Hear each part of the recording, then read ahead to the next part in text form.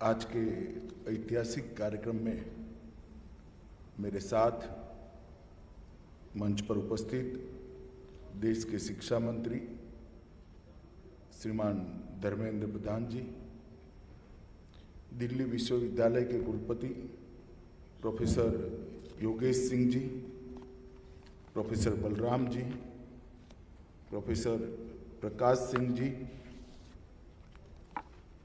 श्री विकास गुप्ता जी, श्री संगीत कुमार जी, पायल जी, प्रोफेसर नीरा जी, आज उपस्थित सभी गणमान्य अतिथिगण और प्यारे विद्यार्थी भाइयों और बहनों, मेरे लिए बहुत गौरव का विषय है कि आज दिल्ली यूनिवर्सिटी ने मुझे यहाँ निमंत्रित कर मेरे विचार व्यक्त करने के लिए एक मंच उपस्थित कराया है। जब प्रोफेसर साहब निमंत्रण देने के लिए आए थे तब मैं दुविधा में था एक आध मिनट के लिए कि मैं जाऊं या न जाऊं,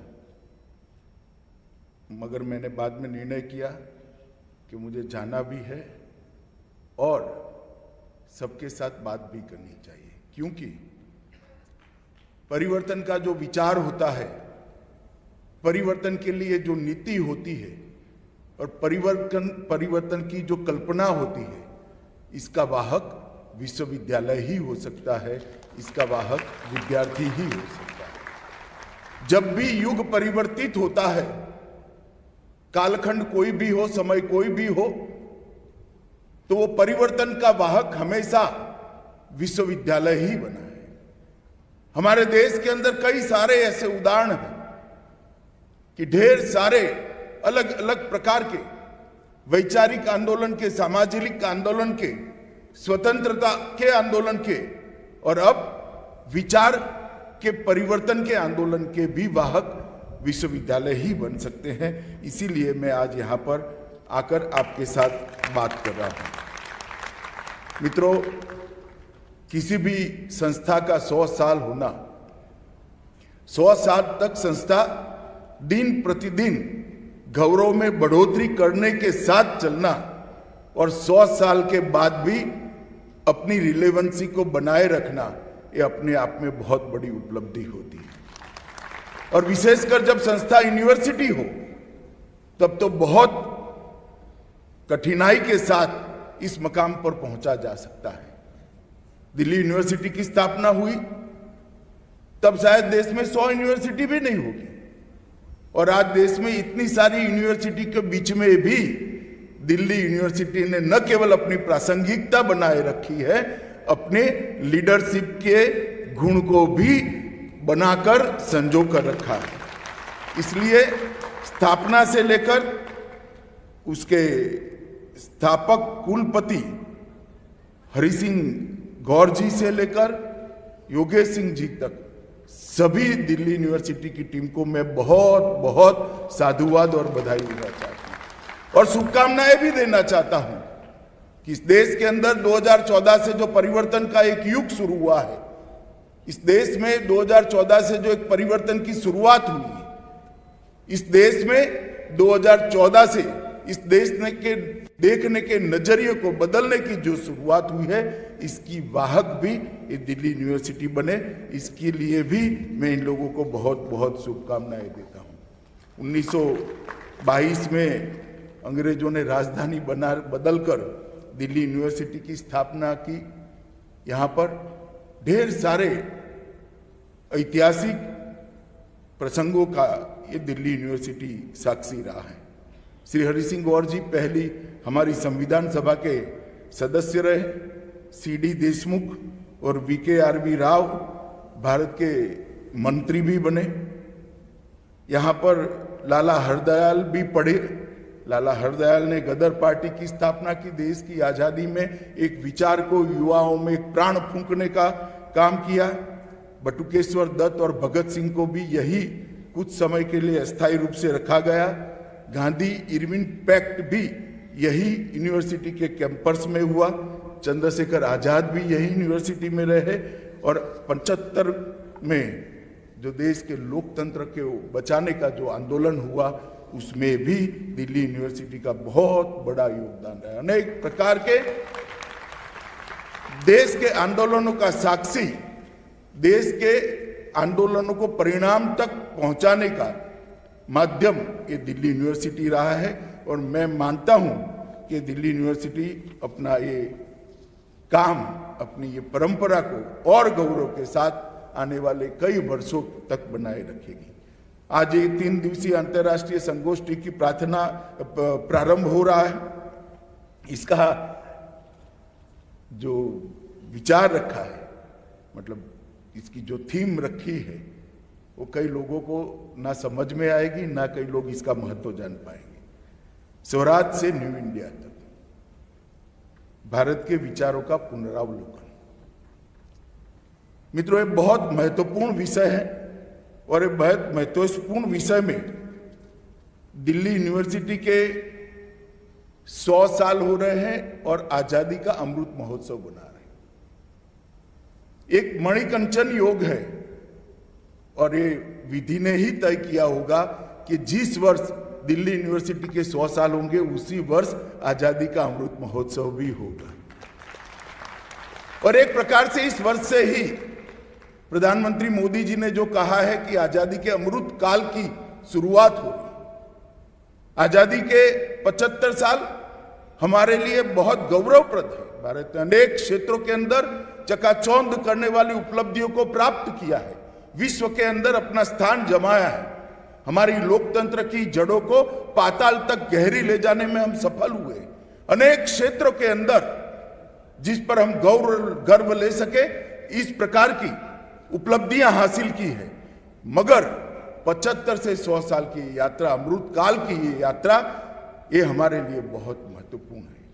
मोदी जी ने 25 साल को संकल्प सिद्धि के 25 साल के रूप में वर्णित किया है और हर क्षेत्र के अंदर भारत को सर्वोच्च बनाने का संकल्प अभी हम लेंगे।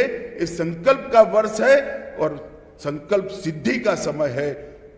आज से लेकर 25 साल तक 2047 तक इस संकल्प सिद्धि की यात्रा है और ये अमृत काल के समय में ही दिल्ली यूनिवर्सिटी आज इस संगोष्ठी का शुभारंभ कर रही है। और मैं आज इस संगोष्ठी की शुरुआत करने के लिए आज आया हूँ। यहाँ अनेक प्रकार के विषयों की स्वराज चर्चा होगी। स्वराज, वंदे मातरम, स्वदेशी, सत्य, अहिंसा, अंत्योदय, राष्ट्रवाद, समाजवाद, लोकतंत्र, हिंदुत्व, एकात्म मानववाद, पंथ निरपेक्षता, सबका साथ सबका विकास, अनेक विविध विषयों पर यहाँ पर विशद चर्चा होने वाली है। मगर मैं सबसे पहले इसके टाइटल पर जानना चाहता हूँ। इस संगोष्ठी का जो आज का विषय है, स्वराज से न्यू इंडिया तक भारत के विचारों का पुनरावलोकन। मित्रों, स्वराज शब्द को आजाद होने के बाद बहुत अलग तरीके से इसकी व्याख्या की गई और इसको व्याख्याहित करने वाले जो लोग थे उनके मन में ढंग से तय था कि क्यों इसकी व्याख्या इतनी सीमित करनी चाहिए। स्वराज की व्याख्या सिर्फ शासन व्यवस्था तक सीमित कर दी गई। स्वराज की व्याख्या शासन व्यवस्था तक सीमित नहीं होती। पहले अंग्रेज राज करते थे और एक multi party democratic parliamentary system के तहत आज हमारे लोग, हमारे चुने हुए प्रतिनिधि राज कर रहे हैं। तो स्वराज मिल गया, ये मानना मैं नहीं मानता ये पर्याप्त है। हमारी स्वराज की कल्पना कभी ये नहीं थी। हमारी स्वराज की कल्पना में स्व शब्द का बहुत महत्व है। राज का मतलब व्यवस्था लाने वाला, राज का मतलब शासन नहीं है। स्व का बहुत मतलब है। स्वराज की व्याख्या करने वालों ने आजादी के बाद स्व को बहुत डाइल्यूट कर दिया और शासन को बहुत बड़ा कर दिया। इसी के कारण आज 75 साल के बाद हम पीछे मुड़कर देखते हैं तो हमें लगता है कि हमें फिर से एक बार इस पर पुनः विचार करने की जरूरत। स्वराज की व्याख्या में ही स्वदेशी अपने आप आता है। स्वराज की व्याख्या में ही स्वभाषा अपने आप आता है। स्वराज की व्याख्या में भी स्वधर्म अपने आप आता है। स्वराज की व्याख्या में ही हमारी संस्कृति अपने आप आता है और स्वराज की व्याख्या में ही देश का सर्वोच्च विचार सबसे पहले वो अपने आप आता है। ये सारे व्याख्याओं को सीमित कर स्वराज की व्याख्या को शासन व्यवस्था तक सीमित करने का काम कुछ लोगों ने किया और हम उस रास्ते पर चल पड़े। और स्वराज की संपूर्ण कल्पना यही स्वराज की संपूर्ण कल्पना ही न्यू इंडिया का विचार है, नव भारत का विचार है और इस विचार के आधार पर आज जो थीम रखी गई है स्वराज से नव भारत तक, इसका मतलब ही है स्वराज का संपूर्ण अर्थ चरितार्थ करना और साच अर्थ में स्वराज का संपूर्ण अर्थ के तत्वाधान में राष्ट्र की उन्नति करना।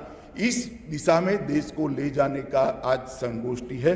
मैं मानता हूं कि एक समृद्ध, सशक्त, संस्कृत, शिक्षित, सुरक्षित और सामर्थ्यवान भारत की रचना का तभी विचार हो सकता है जब स्वराज के सारे अर्थ हम समाहित करें और उसको प्राप्त करने के उद्देश्य के साथ एक रास्ते पर चल पड़े। भारत की जो कल्पना करते, मैं कई लोगों को सुना, मैं किसी के साथ कभी मतभेद नहीं करता, मगर मैं अपने विचारों को दृढ़ता के साथ रखता भी हूं और मैं मानता हूं कि ये मेरा अधिकार है। मैं किसी के साथ कभी डिस्प्यूट नहीं करता। कुछ लोग आइडिया ऑफ इंडिया की बात करते हैं, मुझे कई बार लगता है कि उनको भारत के विचार की चर्चा करने से पहले भारत का अर्थ भी मालूम है क्या। आइडिया ऑफ इंडिया की जो लोग बात करते हैं वो जैसे ऐसी फिलसॉफी लेकर आते हैं कि जो बहुत नया विचार है, बहुत प्रासंगिक विचार है और हम विश्व को कुछ बड़ा दे देंगे। मैं आज बहुत स्पष्टता के साथ यहाँ विद्यार्थी बैठे हैं, उनको कहना चाहता हूँ, यहाँ मंच पर पॉलिटिकल साइंस के प्रोफेसर भी बैठे हैं। भारत को अगर हम जियो पॉलिटिकल कंट्री के रूप में देखेंगे तो हम कभी भी भारत को समझ नहीं पाएंगे। भारत कोई संधि से बना हुआ राष्ट्र नहीं है, भारत कोई रेजोल्यूशन से बना हुआ राष्ट्र नहीं है, भारत कोई युद्ध के परिणाम से निर्मित हुआ राज्य नहीं है। भारत एक जियो कल्चर कंट्री है, भू सांस्कृतिक देश है और जब तक इस बात को हम नहीं समझेंगे हम भारत की कल्पना को समझेंगे। सदियों तक, हजारों सालों से हमारी चिर पुरातन एक सांस्कृतिक नदी का प्रवाह बह रहा है और इस सांस्कृतिक नदी के प्रवाह ने जिन जिन लोगों को अपनी आगोश में लिया वो भारत है और भारत को आज इसी दृष्टि से समझ, मेरी पार्टी का अध्यक्ष था, पूरे देश का सभी जिलों का भ्रमण किया है। मैं मणिपुर में जाता था तो वहां भी कृष्ण मिलते थे, भारतनाट्यम देखता था तो वहां पर भी कृष्ण मिलते थे, द्वारिका जाता था तो हमारे गुजरात के रास गरबा में कृष्ण मिलते थे और वृंदावन जाता था तो भी कृष्ण मिलते थे। तो ये संस्कृति ही हमें जोड़ती है। गंगा भी देश के किसी भी कोने में चले जाओ आपको गंगा मिलेगी ही मिलेगी। ये बातें भारत को जोड़ती है, भारत को एक रखती है और ये विचार को जब तक हम नहीं अपनाएंगे नए भारत की कल्पना हम नहीं कर पाएंगे। हम विश्व में जो कुछ भी अच्छा है सब स्वीकारने के आदी रहे हैं। विश्व में जो कुछ भी अच्छा है उसको स्वीकार करना भारत का मूलभूत स्वभाव है। दुनिया विज्ञान में जो आगे बढ़ी, हम अगर पीछे हैं तो हम इसको स्वीकारते हैं। नई व्यवस्थाओं में आगे बढ़ी, अगर हम पीछे हैं तो इसको हम स्वीकारते हैं। परंतु इसका मतलब ये नहीं कि हमारा जो पुराना था, जो पूरी दुनिया का मार्गदर्शन करने वाला था, वो आज कालबाह्य हो गया है, वो प्रासंगिक नहीं रहा है। मैं स्पष्टता के साथ आज आपके सामने करना चाहता हूं, भारत ने कभी छोटा नहीं सोचा। विश्व बंधुत्व की बात आज हमें जो समझाते हैं, हजारों साल के पहले हमने वसुधैव कुटुंबकम को, पूरी वसुधा को एक कुटुंब मानकर आगे मानकर हम चलने वाले लोग हैं। हमने हमारे मंत्रों में अंतरिक्ष से लेकर अबोल पशु से लेकर वनस्पति तक की शांति के लिए प्रार्थना करी। ये जो पर्यावरण हमें समझाते, मैं उनको समझाना चाहता हूं। आइडिया ऑफ इंडिया आप अलग प्रकार से सोचिए। आइडिया ऑफ इंडिया सत्यमेव जयते से है। आइडिया ऑफ इंडिया अहिंसा परमो धर्म से है। आइडिया ऑफ इंडिया सर्वपंथ समभाव में रहा है। आइडिया ऑफ इंडिया वसुदेव कुटुंबकम में है। आइडिया ऑफ इंडिया दरिद्र नारायण की सेवा में है। आइडिया ऑफ इंडिया नारी तू नारायणी में है। आइडिया ऑफ इंडिया एकम सद विप्रा बहुधा वदंती सत्य में है। आइडिया ऑफ इंडिया वैष्णव वजन में पड़ा है। अगर वैष्णव जन आप समझते हैं तो भारत को समझने में कोई दिक्कत नहीं लगेगी। मित्रों, ये 2014 से 2022 के तक की यात्रा जो नरेंद्र मोदी जी के नेतृत्व में हुई, वहां इस 8 साल के अंदर सामाजिक रूप से, शैक्षणिक रूप से, आर्थिक रूप से और संस्कृति को पुनः गौरवान्वित करने की दृष्टि से भारत के अंदर सभी प्रकार का बहुत काम हुआ है। और भारत के अंदर सम विकास की एक कल्पना को चरितार्थ करने का काम हुआ है। ढेर सारी उपलब्धियां हुई और वो उपलब्धियों के अंदर भारत के 80 करोड़ लोग एक विचारधारा के तहत देश चला। 80 करोड़ लोग अपने आप को देश की व्यवस्था का हिस्सा ही नहीं मानते थे। अंत्योदय की विचारधारा के आधार पर, एकात्म मानववाद की विचारधारा के आधार पर, गरीब कल्याण की विचारधारा के आधार पर जब भारत चलने लगा, आज देश के 80 करोड़ लोग अपने आप को भारत की व्यवस्था का हिस्सा मानने लगे हैं। उज्ज्वला योजना के तहत 9 करोड़ लोगों को एलपीजी कनेक्शन मिले, हर घर में शौचालय गया, हर व्यक्ति को घर मिला, हर घर में पीने के पानी की व्यवस्था हुई, हर गरीब के स्वास्थ्य की 5 लाख तक का खर्चा आज भारत सरकार उठा रही है। पीएम किसान के माध्यम से ढेर सारे किसानों को ऋण ही न लेना पड़े, इस प्रकार की व्यवस्था करी। हर घर में बैंक अकाउंट पहुंचाने का काम किया, बिचौलिए निकालकर हर एक को अपना फायदा डीबीटी के माध्यम से लगभग 19 लाख करोड़ रुपया डीबीटी के माध्यम से पहुंचा। और ये सब करते करते करते जब कोरोना आया तब पूरा विश्व भी आश्चर्यचकित रहकर आज हमारी व्यवस्था पर मीमांसा करने के लिए बाध्य हो गया है, हमारी व्यवस्था पर चर्चा करने के लिए बाध्य हो गया है कि भारत जैसे देश में 190 करोड़ टीके लग गए और कहीं पर कोई अव्यवस्था नहीं। 45 सेकंड के बाद टीका लगाने वाले के पास इसका सर्टिफिकेट मिल जाता है। दुनिया के विकसित देश भी ये व्यवस्था नहीं कर पाए हैं और इसी का कारण है कि कोरोना के बाद भी आज हम दुनिया की स्पर्धा में सबसे आगे दिखाई पड़ते हैं। हमारी स्वास्थ्य सेवाओं को भी हमने सुधारा, सप्लाइड साइड को भी सुधारा और गरीब से गरीब व्यक्ति को 2 साल तक इसके घर में प्रति व्यक्ति प्रति माह 5 किलो खाने का अनाज पहुंचाकर कोरोना के समय में संवेदना के साथ इसकी जिंदा रहने की व्यवस्था की, इसके घर के चूल्हे को जलाने की व्यवस्था करी। और ये जो विचार है वो विचार ही आइडिया ऑफ इंडिया है। आर्थिक क्षेत्र के अंदर भी 21-22 में लगभग सभी बड़े देशों में सबसे ज्यादा अनुमानित वृद्धि हमारी 8.9% है। 2022 में 400 अरब डॉलर का एक्सपोर्ट हम पार कर चुके हैं। लगभग कृषि का निकास भी आज़ादी के बाद सबसे ज़्यादा है। पीएलआई योजनाओं में 30 अरब डॉलर का इन्वेस्टमेंट और मैन्युफैक्चरिंग एक्टिविटी भारत में शुरू होने वाली है।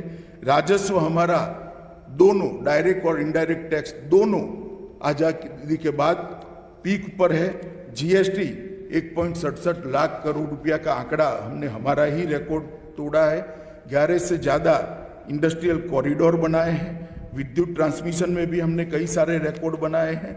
और एक प्रकार से सामाजिक दृष्टि से और आर्थिक दृष्टि से, दोनों दृष्टि से भारत को संपन्न बनाने का, भारत को समविकास के माध्यम से समृद्ध बनाने का एक प्रयास, सफल प्रयास ये 8 साल में हुआ है। जो हमारे अमृत महोत्सव के माध्यम से, अमृत काल के माध्यम से सदी होते होते सर्वोच्च शिखर पर पहुंचाने तक जाने वाला है। ये जो कल्पना है कि विकास समाज के एक वर्ग के लिए नहीं है, विकास सर्वस्पर्शीय, सर्वसमावेशक होगा। विकास की अवधारणा समभाव के साथ होनी चाहिए। ये जिन्होंने भी एकात्म मानववाद और अंत्योदय का चिंतन पढ़ा होगा, उसको मालूम होगा कि विकास को किस प्रकार से समभाव के साथ किया जा सकता है। और 8 साल के अंदर हमने इसको नीचे तक उतारने का काम किया है। जब नव भारत की हम बात करते हैं तो नव भारत किस रास्ते पर महासत्ता बनेगा, नव भारत किस रास्ते पर सामर्थ्यवान देशों की सूची में सबसे ऊपर होगा, वो रास्ता मोदी जी ने तय कर दिया है। और वो रास्ते में 8 साल की हमारी यात्रा समाप्त भी होगी। सुरक्षित भारत का जहां तक सवाल है, मैं हमेशा कहता हूं कि प्रधानमंत्री नरेंद्र मोदी प्रधानमंत्री बनने के पहले भारत की कोई रक्षा नीति ही नहीं थी। हम विदेश नीति को ही रक्षा नीति मानते थे। अगर रक्षा नीति थी भी तो भी विदेश नीति की परछाई में वो दब कर रह गई थी। इस देश पर सालों से हमारे पड़ोसी देशों के द्वारा प्रच्छन्न रूप से हमले होते थे, आतंकवादी भेजे जाते थे। उरी और पुलवामा में ये 8 साल में भी ये प्रयास हुआ। जब भारत ने सर्जिकल स्ट्राइक और एयर स्ट्राइक कर मुंह तोड़ जवाब घर में घुस कर दिया, तब समग्र विश्व के सामने भारत की रक्षा नीति क्या है स्पष्ट हो गया। हम विश्व भर के देशों के साथ अच्छे रिश्ते रखना चाहते हैं, हम सबको साथ में लेकर चलना चाहते हैं। हम शांति के चाहक भी है, शांति के पुजारी भी हैं। जहां मगर हमारी सेना और हमारी सीमा के साथ जो छेड़खानी करेगा, उसको उसी की भाषा में जवाब देने के लिए हम दृढ़ निश्चयी। और पहली बार देश की आंतरिक सुरक्षा के अंदर, देश की बाह्य सुरक्षा के अंदर देश के किसी नेता ने एक निर्णायक भाषा के साथ विश्व को अपना परिचय कराया कि भारत के साथ कोई इस प्रकार से भारत की सीमाओं की अपमान नहीं कर सकता। और ये निर्णायक परिचय पूरे विश्व में भारत के परिचय में परिवर्तित हुआ है। जब भी रक्षा के क्षेत्र की बात होती थी तब 2 ही देशों की बात होती थी, अमेरिका और इजराइल, जो अपनी सीमाओं की सुरक्षा के लिए हमेशा सचेत और चौकन्ने रहते हैं। आज वो 2 देशों की सूची में तीसरा नाम जुड़ गया है। हमारे महान भारत का नाम जुड़ने का काम नरेंद्र मोदी जी ने किया। पूर्वोत्तर के अंदर ढेर सारे हथियारी ग्रुप थे। ये 8 साल के अंदर 9000 हथियारी ग्रुप के एक्टिविस्टों ने हथियार डालकर मुख्य धारा में आए। ढेर सारे समझौते हुए, कार्बी आंगलोंग का समझौता हुआ, बोडोलैंड का समझौता हुआ, ब्रू समझौता हुआ, NLFT का समझौता हुआ। और आज स्थिति ऐसी हुई है कि अब सफा हटाने के लिए आंदोलन करने पड़ते थे और भारत सरकार के लोग बचाव की मुद्रा में जवाब देते थे, नहीं भाई ये जरूरी है, देश की सुरक्षा के लिए जरूरी है। वो ही उत्तर पूर्व के अंदर, वो ही नॉर्थ ईस्ट के अंदर आज शांति प्रस्तापित होने के कारण हमने बहुत बड़े हिस्से से, उत्तर पूर्व के 75% हिस्से से अब सपा को हटाने का काम है। अब सपा को आइडियोलॉजी के आधार पर, ह्यूमन राइट के आधार पर हटाने वाले लोगों को ये जवाब है। ह्यूमन राइट उनका भी है जो आतंकवाद में मारे जाते हैं, जो आतंक फैलाते हैं। उनकी ह्यूमन राइट की चर्चा करने वालों को मैं कहना चाहता हूं, ह्यूमन राइट उनका भी है जो आतंकवाद की भेंट चढ़ते हैं। और उनके ह्यूमन राइट की रक्षा करने का रास्ता कानून हटा देना नहीं है, स्थिति ही ऐसी निर्मित करना जहां कानून की जरूरत ही न पड़े। इस प्रकार की स्थिति नरेंद्र मोदी जी ने कर दिखाई। धारा 370 और 35 से हटाना सालों से ओहो क्या हो जाएगा, कैसे होगा, कैसे कर सकते, क्या होगा। मोदी जी ने 5 अगस्त 2019 को चुटकी बजाते हुए इसको कर भी दिया। और जो लोग कहते थे कि खून की नदियां बहेगी, मैं गर्व के साथ उनको कहना चाहता हूं, मोदी जी की सरकार की नीतियों के कारण खून की नदियां छोड़ो, कंकर चलाने की भी किसी में हिम्मत नहीं। जब दृढ़ता के साथ निश्चित उद्देश्य मन में रखकर कोई शासन करता है तो परिवर्तन किस प्रकार से आता है, इसका उदाहरण। जब देश का हित सर्वोपरि रखकर कोई शासन करता है तो रास्ते की कितनी भी दिक्कतें हो, अपने आप रास्ता समान हो जाता है और गाड़ी पूर्वपाट चलने लगती है, कोई बाधा नहीं रहती है। इसका उदाहरण है। वामपंथी उग्रवाद के क्षेत्र में भी हमने ढेर सारे प्रयास किए हैं। विकास के मोर्चे पर भी प्रयास किए हैं और सुरक्षा के मोर्चे पर भी प्रयास किए हैं। आज देश में सबसे कम जिले, वामपंथी उग्रवाद की शुरुआत होने के बाद सबसे कम जिले आज यहां पर दिखाई पड़ते हैं। नए भारत की जो कल्पना है, इसमें सुरक्षित भारत भी है। मैंने पहले कहा, सामाजिक रूप से सम विकास होना चाहिए, समाज के हर वर्ग का विकास होना चाहिए, आर्थिक दृष्टि से समग्र विश्व के अंदर सर्वोच्च स्थान पर पहुंचने का हमारा पुरुषार्थ होना चाहिए, कौवत होना चाहिए हमारे पास। इस प्रकार की नीतियां होनी चाहिए, सुरक्षित भारत भी होना चाहिए, और ये सब बनाना है। तो धर्मेंद्र भाई यहां बैठे हैं, मोदी जी एक नई शिक्षा नीति लेकर आए हैं, 2020 की राष्ट्रीय शिक्षा नीति। मैं मानता हूं ये भविष्य के भारत का उज्जवल दस्तावेज है। 2020 की नई शिक्षा नीति के अंदर भारतीय मूल्यों में निहित शिक्षा प्रणाली की परिकल्पना को आज के समय के अनुरूप जमीन पर उतारने का प्रयास किया गया है। हर प्रकार के ज्ञान को एक प्लेटफॉर्म देने का इसके अंदर प्रयास है। रोजगारी को भी प्लेटफॉर्म देने का प्रयास है। बच्चा सिर्फ पढ़ लिख कर पाइपलाइन जैसे कोर्स में ग्रेजुएट होकर बाहर न निकले। बच्चे के अंदर जो क्षमताएं पड़ी हैं, वो क्षमताओं का संपूर्ण दोहन करने का उसको प्लेटफॉर्म देना पड़ेगा, मंच देना पड़ेगा। वो अपनी क्षमताओं का सबसे ज्यादा से ज्यादा उपयोग कर पाए, इस प्रकार से उसको तैयार करना चाहिए, इस प्रकार से उसको पढ़ाना चाहिए। और वो व्यवस्था नई शिक्षा नीति में, जो नई शिक्षा नीति को बारीकी से देखेंगे उनको मालूम पड़ेगा कि देश के लिए 5-3-3-4 का जो नया मॉडल आया है, 10+2 का मॉडल की जगह वो मॉडल कितना उपयुक्त होने वाला है। और मैं मानता हूं कि इसमें सबसे बड़ी बात है कि पहले 5 साल मातृभाषा में पढ़ाई ये बच्चे के विकास के लिए निहायत जरूरी है। न केवल बच्चे के विकास के लिए, देश के विकास के लिए भी जरूरी है। क्योंकि हमारी संस्कृति, हमारा इतिहास, हमारा साहित्य, हमारा व्याकरण वो उसकी मातृभाषा में पढ़ा है। अगर बच्चा उसी से कट जाता है तो वो अपने मूल से कट जाता है, और जो मूल से कट जाते हैं वो कभी बड़े नहीं होते। बड़े तो वो ही होते हैं जिनके मूल पाताल तक गहरे होते हैं, और वो तभी हो सकते हैं जब बच्चा अपनी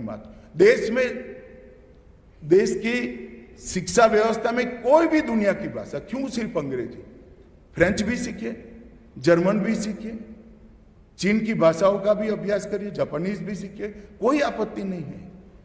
मगर मैं गुजराती न पढ़ूं, मैं हिंदी न पढ़ूं, तो मैं अपने आप को इस देश की मूल धारा के साथ जोड़कर नहीं रख पाऊंगा। और इसको मोदी जी ने थ्रस्ट दिया है।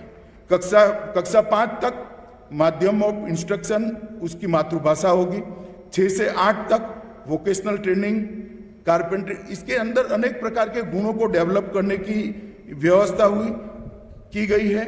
और 11वीं में पहले जो साइंस, कॉमर्स या कला में जाना था, 9वीं कक्षा से ही उसको अपनी स्ट्रीम तय करने का, और जो स्ट्रीम वो तय करता है उस पर ज्यादा थ्रस्ट देने का विकल्प दिया है। हमारी सरकार ने कई प्रकार का सोच विचार कर कई लोगों के सुझाव लेकर नई शिक्षा नीति को लागू करने का निर्णय किया है। और मित्रों, मैं विद्यार्थी परिषद का कार्यकर्ता रहा हूं। शायद ये पहली शिक्षा नीति मोदी जी के नेतृत्व में, धर्मेंद्र भाई भी बैठे यहाँ पर, आई है, जिसका कोई विरोध ही नहीं कर पाया है, सबने इसका स्वागत किया है। यही बताता है कि कितनी समावेशी है। नैतिक मूल्यों को बढ़ावा देना, नैतिक मूल्यों को आत्मसात करना, रिसर्च और प्रोफेशनल एक ऐसी फौज तैयार करना जो देश में R&D और प्रोफेशनलिज्म को बढ़ाएंगे, यही हमारी राष्ट्रीय शिक्षा नीति के उद्देश्य है। इस देश के युवाओं के लिए भी मोदी जी ने अपार संभावनाओं का एक मंच, अलग अलग मंच खड़े कर रखे हैं। मैंने जैसे कहा, नई शिक्षा नीति अनुसंधान और कौशल, रिसर्च और स्किल को बढ़ावा देगी।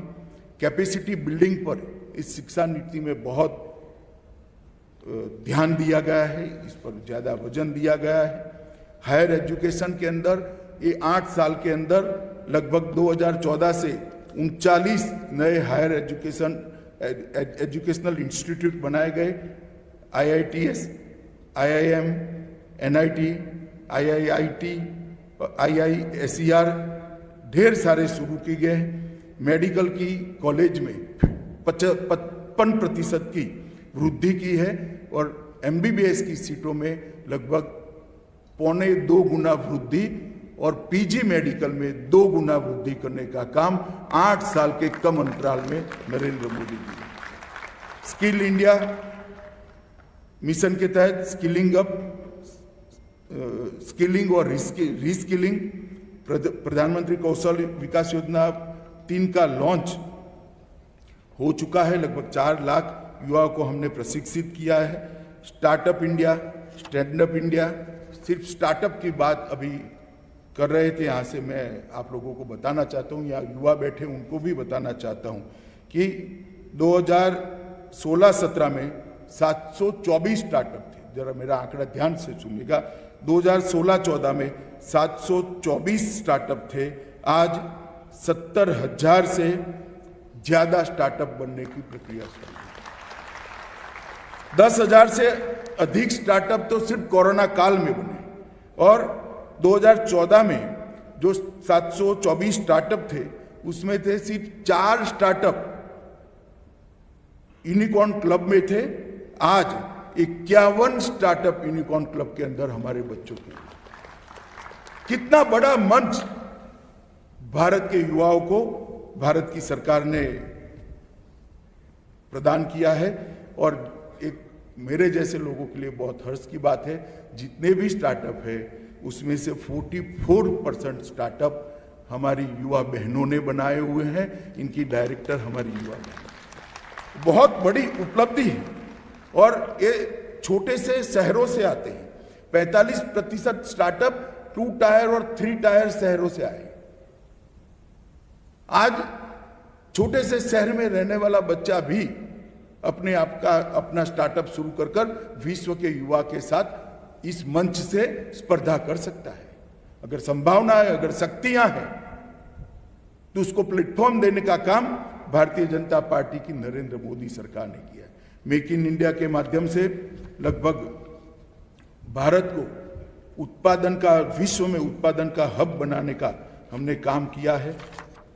Digital India, fit India, animation, सूर्योदय, ढेर सारी योजना मोदी जी युवाओं के लिए लाए हैं और नरेंद्र मोदी जी का स्पष्ट रूप से एक नीति है, इस देश को महान इस देश का युवा ही बना सकता है और कोई इस देश को महान नहीं बना सकता। इस देश को अगर हर क्षेत्र में सर्वोच्च स्थान पर जाना है तो युवा को प्रेरित करना पड़ेगा, युवा को रास्ता दिखाना पड़ेगा, युवा को मंच देना पड़ेगा और वो काम हर क्षेत्र के अंदर हम करेंगे। मित्रों, आज मैं यहां हूं तब इतना जरूर कहना चाहता हूं कि कुछ लोग इस देश को समस्याओं का देश कहते हैं। ठीक है, स्वागत है, समस्याओं को आइडेंटिफाई करना भी बड़ी बात है। आइडेंटिफाई करेंगे तो ही तो इसका निवारण होगा। मगर मैं उनको कहना चाहता हूं, इस देश में 100 से अधिक समस्याएं हो सकती है, मगर इस देश में लाखों समस्या का समाधान भी इस देश की विचार में ही पड़ा हो सकता है। इस देश में सैकड़ों समस्या हो, मगर इस देश के मूल विचार के अंदर लाखों समस्या का समाधान करने की ताकत भी इस देश के अंदर पड़ी है। और अगर हम उस रास्ते पे जाते हैं तो हमें कोई तकलीफ नहीं आनी चाहिए। और आज मैं जब यहाँ आया हूँ, DU में आया हूँ, तब मैं ये बात जरूर करना चाहूँगा कि यूनिवर्सिटी को वैचारिक लड़ाई का अखाड़ा नहीं बनाना चाहिए। हिंसा और वैचारिक लड़ाई, इसका रणक्षेत्र यूनिवर्सिटी नहीं बननी चाहिए। आइडियोलॉजी यूनिवर्सिटी से ही इमर्ज होती है। युवा आइडियोलॉजी में संघर्ष की जगह, लड़ाई की जगह विमर्श को स्थान दें। जो श्रेष्ठ है वो अपने आप बाहर आ जाएगा। हम क्यों चिंता करें? एक बार विमर्श करें, एक बार चर्चा करें। समय की कसौटी पर जो खरा उतरेगा वो ही बाहर आएगा। और मैं आज इतना निश्चित रूप से मानता हूं कि कोहिनूर को कोई 10,000 फुट नीचे भी दफना दे, कभी न कभी वो अपने मूल स्वरूप में दैदीप्यमान होकर बाहर आए। आइडियोलॉजी के लिए लड़ने की जरूरत नहीं है। लड़ने से आइडियोलॉजी कभी प्रस्तावित भी नहीं होगी। ना हम इसका प्रचार और प्रसार कर सकते, ना इसकी स्वीकृति ला सकते। विचार और विमर्श से ही स्वीकृति आती है, विचार और विमर्श से ही आइडियोलॉजी आगे बढ़ती है, और विचार और विमर्श से ही आइडियोलॉजी युगों युगों तक चलती है। और ये हमारा रास्ता है। इस देश के अंदर नालंदा हो या तक्षशिला हो, तोड़ने वाले चले गए, उनको कोई याद नहीं करता। कहते हैं जब नालंदा का पुस्तकालय जलाया गया 6 महीने तक धुआं उठता था। ठीक है, इनको त्वरित संतोष मिल गया होगा, मगर जिस विचार को वो जलाना चाहते हैं वो आज भी अक्षुण्ण है और अपनी जगह पे गौरव के साथ। इसलिए आइडियोलॉजी के लिए वैचारिक लड़ाई की जगह यूनिवर्सिटीज नहीं बननी चाहिए। विचार विमर्श की जगह यूनिवर्सिटी बननी चाहिए। अपने सिद्धांतों को लिए विचार विमर्श के आधार पर ही आगे बढ़ाना चाहिए, और देश के निर्माण के लिए भी अपनी आइडियोलॉजी को स्वीकृति दिलाकर उस रास्ते पर आगे बढ़ना चाहिए। अगर आइडियोलॉजी संघर्ष का रास्ता बनती है तो वो आइडियोलॉजी ही नहीं है, और कम से कम इस देश की आइडियोलॉजी तो नहीं है। मित्रों, बहुत सारे युवा बैठे हैं। आज देश में एक नए प्रकार का विचार चल पड़ा है, अधिकारों की लड़ाई का। ठीक है, संविधान ने हमें हम सबको अधिकार दिए हैं, परंतु अधिकार के साथ साथ दायित्व का भी संविधान ने उल्लेख किया है। और कोई ऐसा अधिकार नहीं होता जो दायित्व निभाए बगैर हमने मांगना चाहिए। युवाओं को देश के प्रति युवाओं का जो दायित्व है, समाज के प्रति युवाओं का जो दायित्व है, गरीबों के प्रति युवाओं का जो दायित्व है, इसका भी सदैव विचार करना चाहिए। एक नया विचार इस देश में कुछ सालों से चल रहा है। अधिकारों की मांग को सबसे ज्यादा ताकतवर करना, इसके आधार पर असंतोष खड़ा करना, असंतोष को संगठित कर कर एक प्रकार की नई अव्यवस्था खड़ी करना। मैं युवाओं को कहता हूं, थोड़ा कम अधिकार मिलेगा तो कुछ नहीं जाएगा। अगर ज्यादा दायित्व का चिंता करेंगे तो किसी के अधिकार की अपने आप हम चिंता कर लेंगे। हम जब अपने दायित्व की चिंता करते हैं तो इसके साथ ही किसी के अधिकार की रक्षा करते हैं, और इन अधिकारों की मांग के आधार पर हिंसा फैलाना हमारी विचारधारा नहीं है, इस देश का विचार नहीं। ये देश हमेशा से अपने दायित्व के लिए भी सदैव जागरूक रहा है। जोश होना चाहिए, जुनून होना चाहिए, मगर उसका रास्ता भी सही होना चाहिए। अगर उसके रास्ते पर हम नहीं जाएंगे, सही रास्ते पर नहीं जाएंगे, तो हम देश का भला नहीं करेंगे। मित्रों, आज मैं यहाँ पर आया हूँ तब इस संगोष्ठी की शुरुआत हो रही है 3 दिन की, और स्वराज से नव भारत तक की कल्पना और ये विचार का पुनरावलोकन, मुझे लगता है इसके लिए बहुत सही समय है। बहुत समय हमने गंवाया है, अब ज़्यादा समय गंवाने की जरूरत नहीं है। इस पर विचार विमर्श होना चाहिए। अनेक प्रकार के लोगों ने विचार का मंथन करना चाहिए और मंथन से जो अमृत निकलेगा वो मुझे भरोसा है कि अमृत काल के अंदर वो अमृत भारत को सर्वोच्च बनाने के लिए जरूर काम आएगा। और हम सब शायद वो भाग्यशाली लोगों के में से है जो 1200 साल से इस देश के लोग देखना चाहते थे कि देश ऐसा हो, वो कल्पना पूरी नहीं हो पाती थी। हम सब शायद ऐसे भाग्यशाली लोग हैं, अपने जीवन काल में ही महान भारत को देखने के लिए हम भाग्यशाली होंगे। मैं फिर से युवाओं को इस संघर्ष का रास्ता छोड़कर, अधिकारों की मांग के लिए संघर्ष का रास्ता छोड़कर दायित्व के रास्ते पर जाने के लिए अपील कर मेरी बात को समाप्त करता हूं। वंदे मातरम।